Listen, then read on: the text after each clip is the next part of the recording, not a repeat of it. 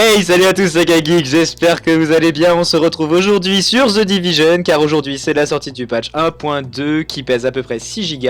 Si vous avez une connect pourrie, prévoyez un petit peu de temps. Dans cette mise à jour, on retrouve des patchs sur par exemple les snipers et les pompes qui feront un peu moins mal, car la communauté s'est vraiment plaint sur la puissance de ces derniers.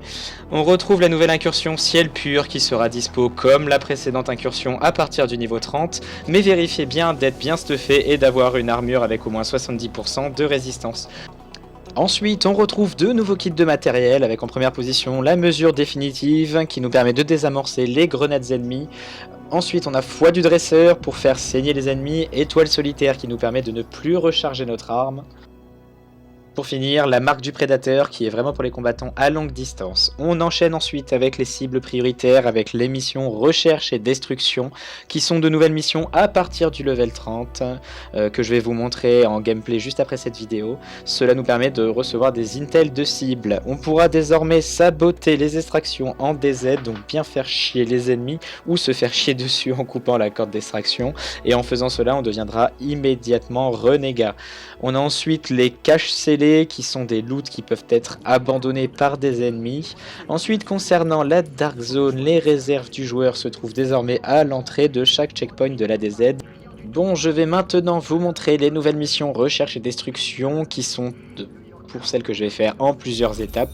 Sur celle-là, il faut sécuriser les zones, les ennemis sont de level 31. On gagne donc de l'intel de cible qui nous permet de débloquer deux nouvelles missions de grade supérieur pour gagner des crédits Phoenix ainsi que des équipements également de grade supérieur.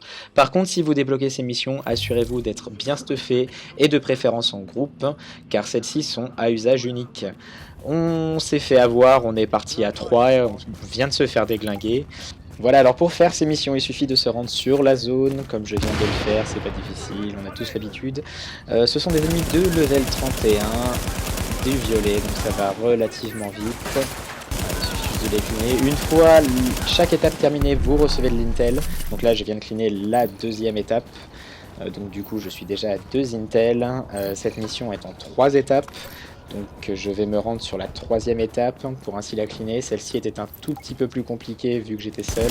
C'est du jeune mais toujours de level 31, donc ça va vraiment au niveau du DPS ils font un petit peu mal. La santé a été switchée par de la résistance. Donc je crois que j'avais 80 000 de santé, je suis désormais à 210 000 de résistance.